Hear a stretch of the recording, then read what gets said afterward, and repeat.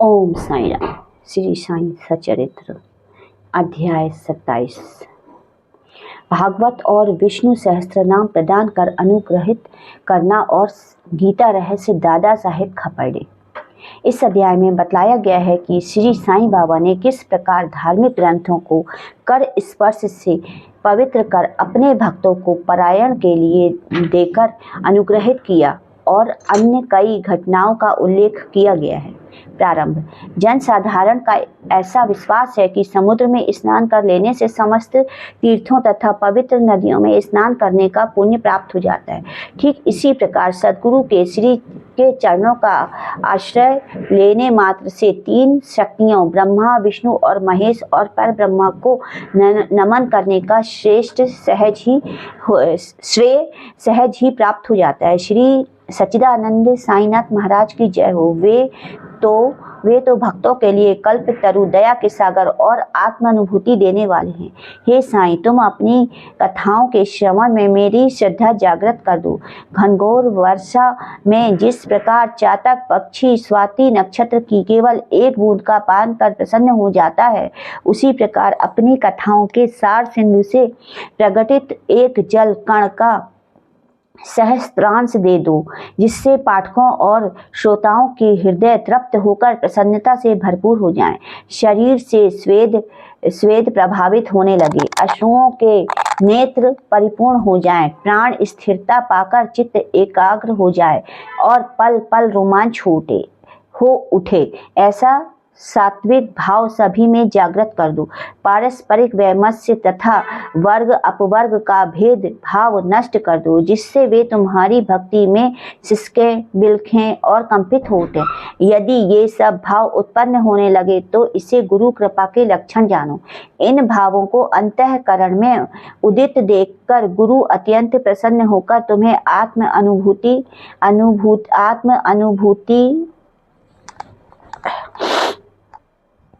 की ओर अग्रसर करेंगे। माया से मुक्त होने का एकमात्र सहज उपाय अनन्य भाव से केवल साईं बाबा की शरण जाना है। वेद वेदांत भी माया रूपी सागर से पार नहीं उतर सकते। यह तो केवल सद्गुरु द्वारा ही संभव है।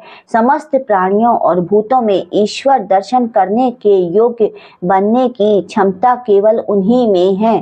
पवित्र ग्रंथों का प्रदान। गत अध्याय में बाबा ने उपदेश शैली की नवीनता ज्ञात हो गई है। इस अध्याय में उनके केवल एक उदाहरण का ही वर्णन करेंगे। भक्तों को जिस ग्रंथ विशेष का पारायण करना होता है, उसे वे बाबा के कर कमलों में भेंट कर देते थे, और यदि बाबा उसे अपने कर कमलों से स्पर्श कर लौटा देते थे तो वे उसे स्वीकार कर लेते थे। उनकी ऐसी भावना हो जाती थी कि ऐसे ग्रंथ का यदि नित्य पठन किया जाए तो बाबा सदैव उनके साथ ही रहेंगे। एक बार काका महाजनी श्री एकनाथी भागवत लेकर शिरडी आए। श्यामा ने यह ग्रंथ अध्ययन के लिए उनसे ले लिया और उसे लिए हुए वे मस्जिद में पहुंचे। तब बाबा ने वह ग्रंथ श्यामा से ले लिया और उन्होंने उसे स्पर्श कर कुछ विशेष पृष्ठों को देखकर उसे संभाल कर रखने की आज्ञा देकर वापस लौटा दिया। श्यामा ने उन्हें बतलाया कि यह ग्रंथ तो काका साहिब का है और उन्हें वापस लौटाना है। तब बाबा कहने लगे कि नहीं नहीं, यह ग्रंथ तो मैं तुम्हें दे रहा हूँ, तुम इसे सावधानी से अपने पास रखो। यह तुम्हें अत्यंत उपयोगी सिद्ध होगा। कुछ दिनों के पश्चात काका महाजनी पुनः श्री एकनाथी भागवत की दूसरी प्रति लेकर आए और बाबा के कर कमलों में भेंट कर दी, जिसे बाबा ने प्रसाद स्वरूप लौटाकर उन्हें भी उसे सावधानी से संभाल कर रखने की आज्ञा दी। साथ ही बाबा ने उन्हें आश्वासन दिया कि यह तुम्हें उत्तम स्थिति में पहुंचाने में सहायक सिद्ध होगा। काका ने उन्हें प्रणाम कर उसे स्वीकार कर लिया। श्यामा और विष्णु सहस्त्र नाम। श्यामा बाबा के अंतरंग अंतरंग भक्त थे। इस कारण बाबा उन्हें एक विचित्र ढंग से विष्णु सहस्त्र नाम प्रसाद रूप में देने की कृपा करना चाहते थे। तभी एक रामदासी आकर कुछ दिन शिरडी में ठहरा। वह नित्य नियमानुसार प्रातः काल उठता और हाथ मुंह धोने के पश्चात स्नान कर भगवा वस्त्र धारण करता और शरीर पर भस्म लगाकर विष्णु सहस्त्र नाम का जाप किया करता था और बहुधा इन्हीं ग्रंथों को ही पढ़ा करता था। कुछ दिनों के पश्चात बाबा ने श्यामा को भी विष्णु सहस्त्र नाम से परिचित कराने का विचार कर रामदासी को अपने पास बुलाकर उनसे कहा कि मेरे उदर में अत्यंत पीड़ा हो रही है और जब तक मैं सोनामुखी का सेवन न करूंगा तब तक मेरा कष्ट दूर न होगा। तब रामदासी ने अपना पाठ स्थगित कर दिया और वह औषधि लाने के लिए बाजार चला गया। उसी समय बाबा ने अपने आसन से उठे और जहाँ तहाँ वह पाठ किया करता था वहां जाकर उन्होंने विष्णु सहस्त्र नाम की वह पुस्तिका उठाई और पुनः अपने आसन पर विराजमान होकर श्यामा से कहने लगे, यह पुस्तक अमूल्य और मनोवांछित फल देने वाली है, इसलिए मैं तुम्हें इसे प्रदान कर रहा हूँ ताकि तुम इसका नित्य पठन करो।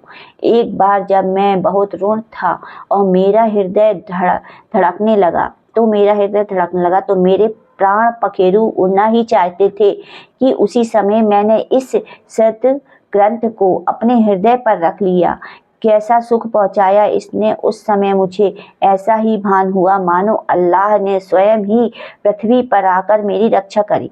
इस कारण यह ग्रंथ मैं तुम्हें दे रहा हूँ। इसे थोड़ा धीरे धीरे कम से कम एक एक श्लोक प्रतिदिन अवश्य पढ़ना, जिससे तुम्हारा बहुत भला होगा। तब श्यामा कहने लगे कि मुझे इस ग्रंथ की आवश्यकता नहीं, क्योंकि इसका स्वामी रामदासी एक पागल, हठी और अति क्रोधी व्यक्ति है जो व्यर्थ ही अभी आकर लड़ने को तैयार हो जाएगा। अल्प शिक्षित होने के नाते मैं संस्कृत भाषा में लिखित इस ग्रंथ को पढ़ने में भी असमर्थ हूँ। श्यामा की धारणा थी कि बाबा मेरे और रामदासी के बीच मनमुटाव करवाना चाहते, इसलिए ही उन्होंने यह नाटक रचा। तो बाबा का विचार उनके प्रति क्या है यह उसकी समझ में न आया।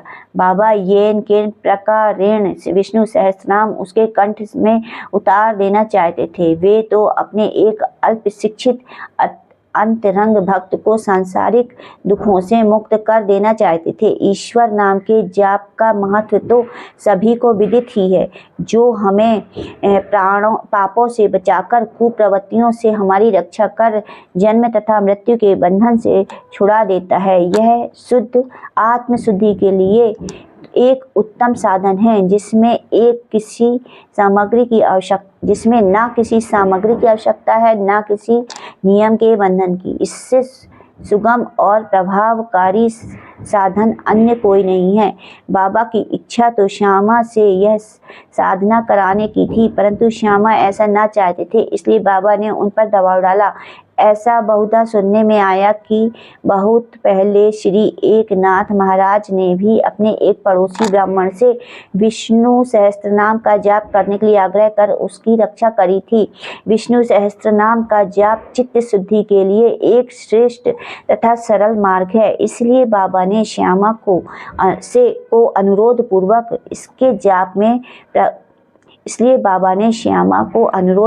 इसके जाप में प्रवृत्त किया। रामदासी बाजार से तुरंत सोनामुखी लेकर लौट आया।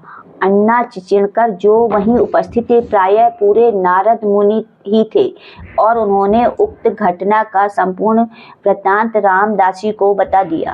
रामदासी क्रोध वेश में आकर श्यामा की ओर लपका और कहने लगा कि यह तुम्हारा ही कार्य है जो तुमने बाबा के द्वारा मुझे उदर पीड़ा के बहाने औषधि लेने को भेजा। यदि तुमने पुस्तक न लौटाई तो मैं तुम्हारा सिर फोड़ दूंगा। श्यामा ने उसे शांतिपूर्वक समझाया, परंतु उसका कहना व्यर्थ ही हुआ। तब बाबा प्रेम पूर्वक बोले, और अरे रामदासी, यह क्या बात है? क्यों उपद्रव कर रहे हो? क्या श्यामा अपना बालक नहीं है? तुम उसे व्यर्थ ही क्यों गाली दे रहे हो? मुझे तो ऐसा प्रतीत होता है कि तुम्हारी प्रकृति ही उपद्रवी है। क्या तुम नम्र और मृदुल वाणी से नहीं बोल सकते? तुम नित्य प्रति इन पवित्र ग्रंथों का पाठ किया करते हो, फिर भी तुम्हारा चित्त अशुद्ध है। जब तुम्हारी इच्छाएं ही तुम्हारे वश में नहीं है तो तुम रामदासी कैसे? तुम्हें तो समस्त वस्तुओं से अनासक्ति यानी वैराग्य होना चाहिए। कैसी विचित्र बात है कि तुम्हें इस पुस्तक पर इतना अधिक मोह है। सच्चे रामदासी को तो ममता त्याग कर समदर्शी होना चाहिए। तुम तो अभी बालक श्यामा से केवल एक छोटी सी पुस्तक के लिए झगड़ा कर रहे हो। जाओ अपने आसन पर बैठो। पैसों से पुस्तकें तो अनेक ही प्राप्त हो सकती है, परंतु मनुष्य नहीं। उत्तम विचारक बनकर विवेकशील हो जाओ। पुस्तक का मूल्य ही क्या है और उससे श्यामा को क्या प्रयोजन? मैंने स्वयं उठाकर वह पुस्तक उसे दी थी, यह सोचकर कि तुम्हें तो यह पुस्तक पूर्णतः कंठस्थ है। श्यामा को इसके पठन से कुछ लाभ पहुंचे, इसलिए मैंने उसे दी। बाबा के ये शब्द कितने मृदु, मार्मिक और अमृत तुल्य हैं। इसका प्रभाव रामदासी पर पड़ा। वह चुप ही रह गया और फिर श्यामा से बोला, मैं इसके बदले में पंचरत्नी गीता की एक प्रति स्वीकार कर लूँगा। तब श्यामा भी प्रसन्न होकर कहने लगे, एक ही क्यों, मैं तो तुम्हें इसके बदले 10 प्रतियां देने को तैयार हूँ। इस प्रकार यह विवाद तो शांत हो गया, परंतु अब प्रश्न आया कि रामदासी ने पंचरत्नी गीता के लिए एक ऐसी पुस्तक जिसका उसे कभी ध्यान भी ना आया था, इतना आग्रह क्यों किया? और जो मस्जिद में हर दिन धार्मिक ग्रंथों का पाठ करता हो, वह बाबा के समक्ष ही इतना उत्पात करने पर क्यों उतारू हो गया? हम नहीं जानते कि इस दोष का निराकरण कैसे करें और किसे दोषी ठहराएं। हम तो केवल इतना ही जान सकते हैं कि यदि इस प्रणाली का अनुसरण ना किया गया होता तो विषय का महत्व और ईश्वर नाम की महिमा तथा श्यामा को विष्णु सहस्त्र नाम के पाठ का शुभ अवसर ही प्राप्त न होता। इससे यही प्रतीत होता है कि बाबा के उपदेश की शैली और उसकी प्रक्रिया अद्वितीय है। श्यामा ने धीरे धीरे इस ग्रंथ का इतना अध्ययन कर लिया कि उन्हें इस विषय का इतना ज्ञान हो गया कि वह श्रीमान बूटी साहिब के दामाद प्रोफेसर जी नार के MA इंजीनियरिंग कॉलेज पूना को भी उसका यथार्थ अर्थ समझाने में पूर्ण सफल हुए। जय भगवान। गीता रहस्य, ब्रह्म विद्या, आध्यात्म का जो भक्त अध्ययन करते हैं उन्हें बाबा सदैव प्रोत्साहित करते थे। इसका एक उदाहरण है कि एक समय बापू साहिब जोग का एक पार्सल आया जिसमें श्री लोकमान्य तिलक कृत्य गीता भागवे की एक प्रति थी, जिससे कांख में दबाए हुए वे मस्जिद में आए। जब वे चरण वंदना के लिए झुके तो वह पार्सल बाबा के श्री चरणों पर गिर पड़ा। तब बाबा उनसे पूछने लगे कि इसमें क्या है। श्री जोग ने तत्काल ही पार्सल से वह पुस्तक निकालकर बाबा के कर कमलों में रख दी। बाबा ने थोड़ी देर उनसे कुछ प्रश्न देखकर जेब से 1 रुपया निकाला और उसे पुस्तक पर रखकर जोग को लौटा दिया। कहने लगे कि इसका ध्यान पूर्वक अध्ययन करते रहो, इससे तुम्हारा कल्याण होगा। श्रीमान और श्रीमती खापर्डे। एक बार श्री दादा साहेब खापर्डे सकुटुंब शिरडी आए और कुछ मास वहीं ठहरे। उनके ठहरने के नित्य कार्यक्रम का वर्णन श्री साईं लीला पत्रिका के प्रथम भाग में प्रकाशित हुआ। दादा कोई सामान्य व्यक्ति न थे। वे एक धन्नाढ्य और अमरावती बरार के सुप्रसिद्ध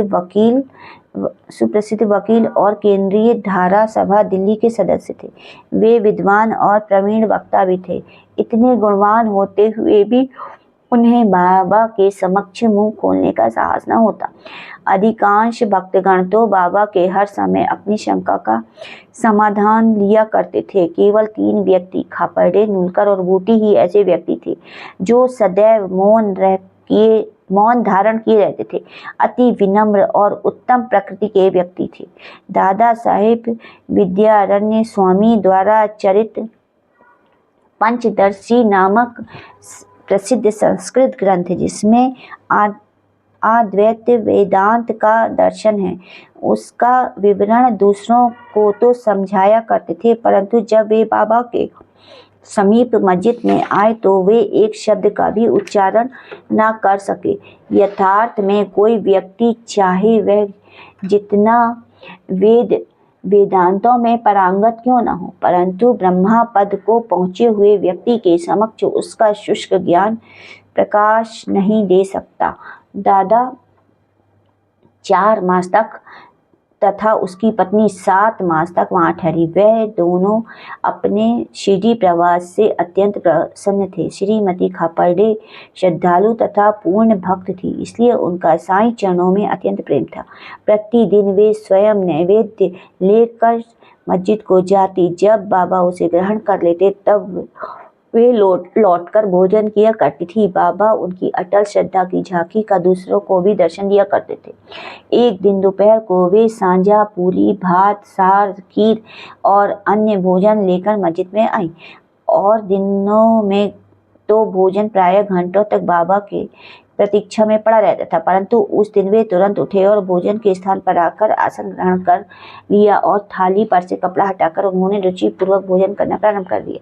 तब श्यामा कहने लगे कि यह पक्षपात क्यों? दूसरों की थालियों पर तो आपकी दृष्टि तक नहीं डालते, उल्टे फेंक देते हैं। आज इस भोजन को आप बड़ी उत्सुकता और रुचि से खा रहे हैं। आज इस बाई का भोजन आपको इतना स्वादिष्ट क्यों लगा? यह विषय तो हम लोगों के लिए एक समस्या बन गया। तब बाबा ने इस प्रकार समझाया, सचमुच ही इस भोजन में एक विचित्रता है। पूर्व जन्म में यह बाई एक व्यापारी की मोटी गाय थी जो बहुत अधिक दूध देती थी।